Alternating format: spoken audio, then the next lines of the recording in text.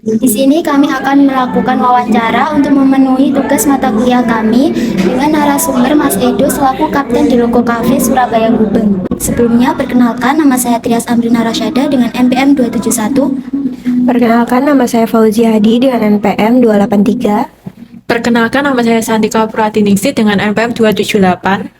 Dosen pengampu Bapak Dr. Acep Samsudin, SSS MMA, dan Bapak Budi Prabowo, Universitas Pembangunan Nasional Veteran Jawa Timur, Program Studi Administrasi Bisnis, Fakultas Ilmu Sosial dan Ilmu Politik. Mari kita masuk ke sesi wawancara dengan tema dari kelompok 7, ukuran daur kehidupan dalam pertumbuhan organisasi. Assalamualaikum warahmatullahi wabarakatuh.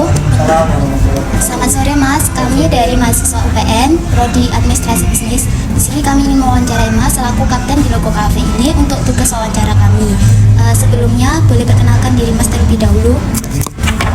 Perkenalkan, nama saya Albertus Edriawan.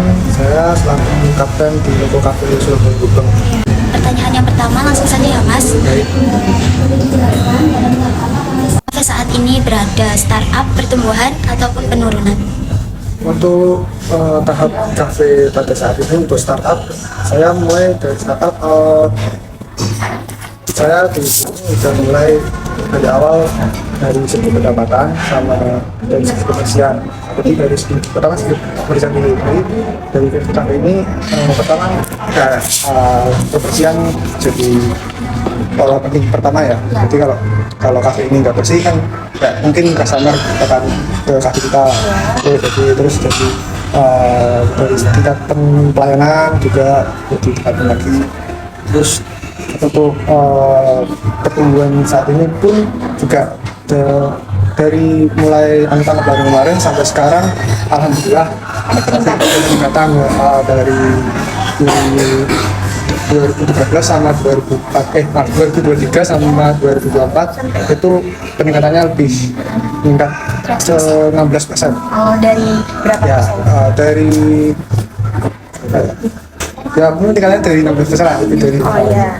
Terus dari segi pendapatan, terus untuk penurunan di kafe ini mungkin perlu ditingkatkan lagi dari segi pelayanan dari teman-teman sendiri. Itu pelayanan dari kami, masalah pelayanan take in order, terus pelayanan waktu masak makanan itu ditingkatkan lagi karena beberapa juga customer di sini kurang nyaman untuk pelayanan dari kami, kurang ramah, kurang senyum, mungkin itu sih menurutnya itu perlu ditingkatkan lagi aja. Terus untuk pertanyaan kedua, berapa banyak karyawan yang bekerja di Loko Cafe? Terus berapa banyak juga pelanggan yang dilayani setiap harinya gitu?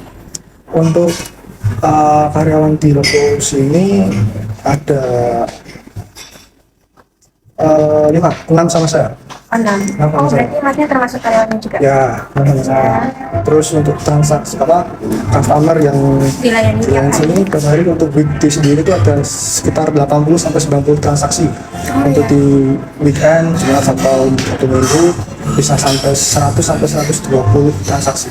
Itu termasuk udah banyak ya Mas? Udah lumayan ya. Itu juga beberapa target juga udah achieve juga, target juga dalam segi pendapatan. Iya.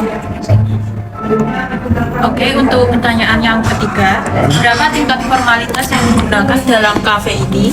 Dan mungkin bagaimana Masnya memastikan bahwa aturan-aturan di sini tidak menghambat kreativitas dan inovasi karyawan?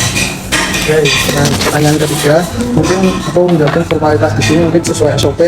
Mungkin secara kami juga ada SOP sendiri, terutama di segi grooming, greeting, dari segi penampilan. Jadi untuk karyawan kami harus lebih touch up setiap saat, misal kayak Penampilan menarik. ya menarik, terus wangi juga, cara menyampaikan ke customer juga terus juga dari segi aturan itu dilakukan. Terus greeting juga, greeting itu kayak sapa salam ke setiap karyawan masuk, customer masuk disapa selamat pagi, selamat itu.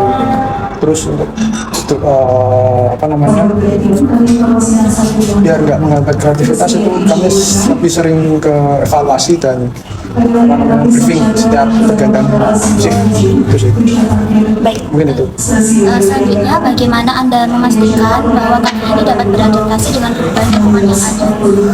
Untuk memastikan bahwa kami ini dapat beradaptasi, mungkin dari aku lebih itu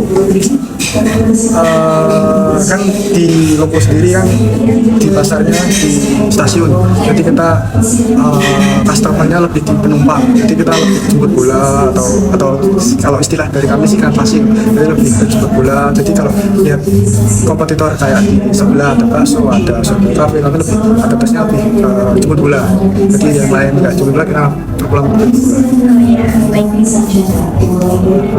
Terus selanjutnya bagaimana cara Masnya mengembangkan kemampuan karyawan untuk menghadapi kayak tantangan di masa depan gitu, kayak gimana gitu Mas? Mungkin kalau kemampuan mengembangkan karyawan menghadapi tantangan ke depan, ya kayak tadi kembali yang kita tadi, lebih ke briefing, terus sabta, lebih ke sharing ke teman-teman. Jadi setiap kita pergantian shift atau yang biasanya itu juga setiap sebulan sekali, sebulan sekali ada 2 kali general cleaning, itu lebih pada kumpul-kumpul, terus kita pada sharing, jadi satu sama lain sharing, ada kendala apa, terus lebih ke lokal ya, ke lokal sharing ini harus gimana biar bisa memasukkan pendapatan, biar bisa memasukkan peningkatan pelayanan, lebih kayak itu sih. Oke, selanjutnya bagaimana mengintegrasikan pertumbuhan karyawan dengan visi dan misi di dalam kafe ini? Mungkin bagaimana juga Masnya memastikan bahwa semua karyawan memiliki tujuan yang sama? Untuk visi misi tersendiri itu mungkin lebih ke pendapatan dan pelayanan. Jadi untuk memastikan semua karyawan bisa menuju ke tujuan yang sama juga harus sering-sering evaluasi. Jadi setiap kita shift ini, misal shift siang ini, kita lebih fokus ke shift pagi tadi. Misal yang pagi tadi ada kendala bahan baku kurang ini. Jadi shift siang harus bisa mensuplai, bisa dalam arti mungkin shift pagi tadi kurang yang ini, shift siang harusnya lebih dari yang si pagi. Misal kalau tadi pagi ada kendala di pelayanan, shift siang bisa menambah, bisa jangan sampai pelayanan di shift pagi terulang kembali gitu. Mungkin itu. Terus kayak di sini tuh habitnya lebih ke kayak misal si pagi harus prepare, jadi di sini si pagi sendiri harus prepare dalam arti biar shiftnya juga nggak ketataran dalam pelayanan, terus biar nggak kalau posisi rame biar nggak terlalu ribet lah, intinya itu ribet ke situ. Apa saja sih Mas tujuan pertumbuhan yang ingin dicapai oleh Logo Cafe ini dalam jangka waktu 5 tahun ke depan?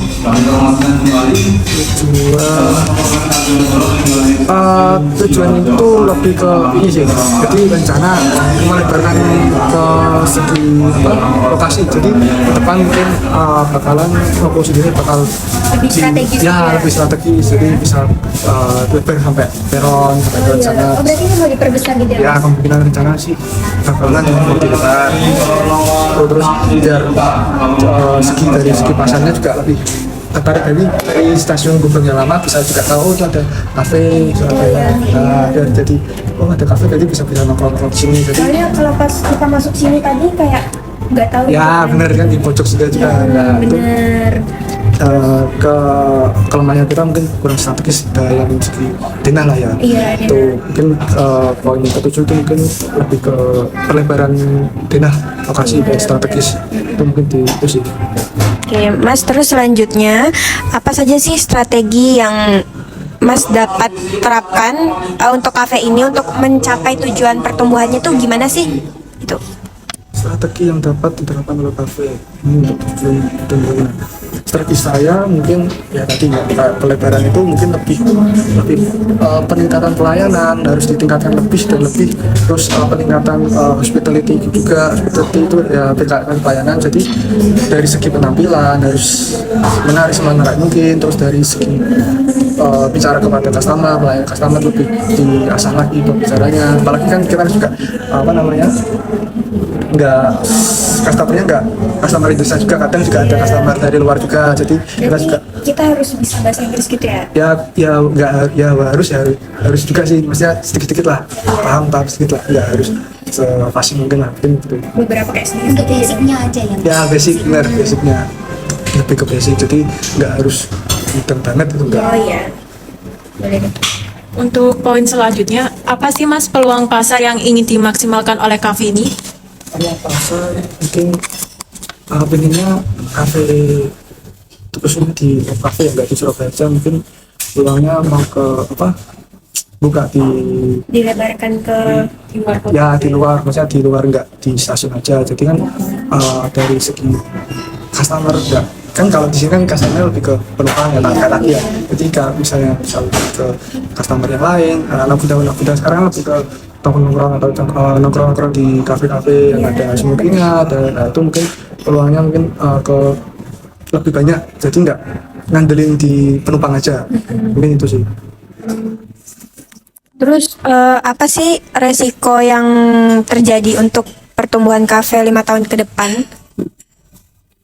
Untuk risikonya mungkin lebih giat lagi untuk upselling atau dari segi media sosial. Jadi kita menawarkannya juga, walaupun kita udah di segmen pasarnya kita udah misalnya nggak di stasiun, di luar stasiun misalnya. Jadi kita juga harus gencar-gencar di sosmed ya branding ke Oh ini ada sosmednya juga ya Mas? toko kafe, ada sosmed juga. Jadi lebih giat lah, ibaratnya lebih giat dan nggak ketinggalan dari kafe-kafe yang lain. Pak Mas, kalau boleh tahu sosmednya. Untuk kafe sendiri itu sosmednya ada logo kafe. Logo kafe Instagram ya? Ya Instagram. ID. Logo kafe aja. Logo Kafe kafe. aja. Itu gambarnya logo kayak gambar lokomotif kalau nggak salah. Lokomotif yang lama. Itu. Untuk selanjutnya, bagaimana Masnya mengembangkan sistem pengelolaan sumber daya yang efektif untuk mendukung kinerja karyawannya di Logo Cafe ini?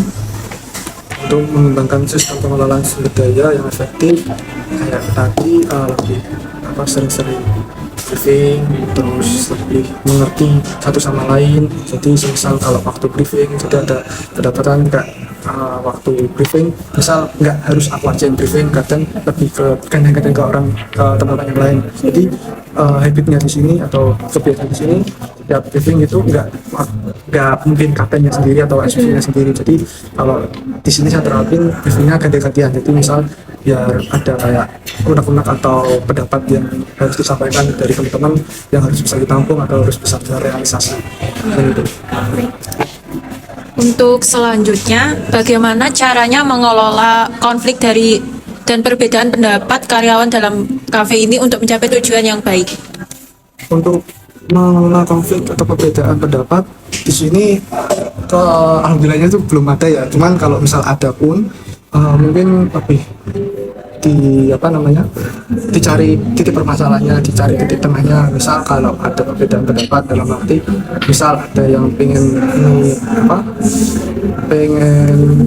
dilebarin, misal anggapnya lebar dari segi ujungnya, tapi yang satu pengennya buka di luar stasiun. Nah, kita cari tengah-tengah dulu. Kalau misal di sini perlu harus dilebarin, dan dari segi pengeluaran untuk membangun yang baru lebih mending yang mana dulu yang diutamakan, mungkin lebih cari titik tengahnya dulu sih. Oh berarti Logo Cafe ini cuma ada di stasiun aja Mas? Untuk di Logo Cafe itu kebanyakan adanya di dekat stasiun rumah, di stasiun rumah. Kayak di Logo Cafe itu nggak di Surabaya aja, di Jakarta tuh ada dua, ya di Jakarta ada dua, Gambir sama di Pasar Senen. Dan juga barusan buka ada di LRT udah ada 6, LRT Cikoko, Halim, terus ada LRT Cawang, itu juga ada logo, cuman logonya nggak segede ini atau segede yang lain. Di Jogja juga ada 2 kafe, Logo Malioboro sama Logo Cafe Tugu. Di Semarang juga ada, Di stasiun juga? di stasiun juga. Ya kota-kota Surabaya terutama di sini. Itu dulu juga rencana juga ada di Surabaya tuh, di Anggrek kayaknya kalau nggak salah tuh di sebelah Gubeng sini, yang bangunan yang belum direnovasi gitu. Cuman kayaknya belum jadi atau nggak tahu kan, jadi nggak tahu. Terus selanjutnya menurut Mas itu apa yang mempengaruhi keberlanjutan Logo Cafe ini gitu?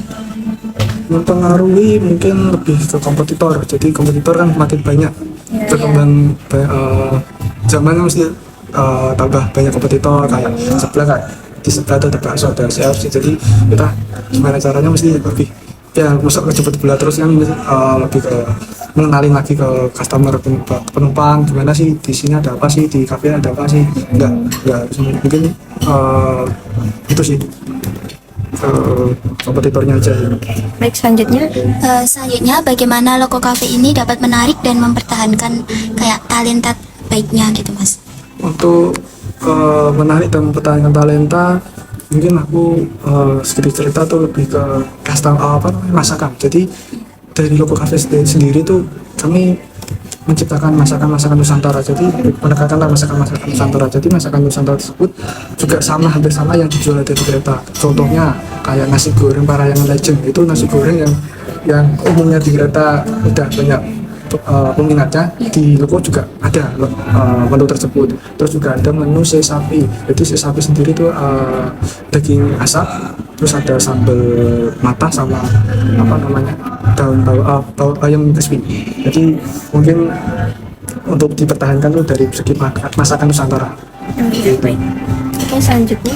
Untuk pertanyaan terakhir ya Mas, bagaimana Loko Cafe ini memberikan kontribusi positif bagi masyarakat maupun konsumennya? Ini memberikan kontribusi positif bagi masyarakat. Mungkin dari segi kami juga itu mendukung program UMKM, kayak contohnya kayak di inilah, contohnya di depan itu ada program oleh-oleh Murudi, ciri khas ciri khas di Surabaya mungkin oleh-oleh di Surabaya, ciri khas di Surabaya mungkin yang mendukung oleh-oleh di Murudi sendiri yang dijual di Loko Cafe sendiri, enggak di Surabaya aja, di Bandung juga ada program oleh-oleh juga, di Jogja juga ada oleh-oleh juga. Jogja kalau nggak salah tuh di Bapia atau apa itu jadi dijual di Loko sendiri. Jadi itu mungkin menurut saya positif lah, positif buat masyarakat juga. Berarti kayak misalnya kita mau titip barang gitu, apa namanya? Belum sempat beli di tempat oleh-oleh, mungkin bisa di sini. Jadi kalau misal customer atau konsumen atau penumpang yang belum sempat beli oleh-oleh atau belum, jadi kami juga sudah menyediakan program UMKM atau oleh-oleh tersebut di setiap kafe, terutama di Surabaya sini juga ada program oleh itu. Mungkin itu. Oke. Ya Mas, udah selesai sih Mas, gini aja. Baik. Terima kasih. Sekian video wawancara dari kami. Mohon maaf apabila ada salah kata. Terima kasih. Wassalamualaikum warahmatullahi wabarakatuh. Jangan lupa like, comment, and subscribe. Bye-bye.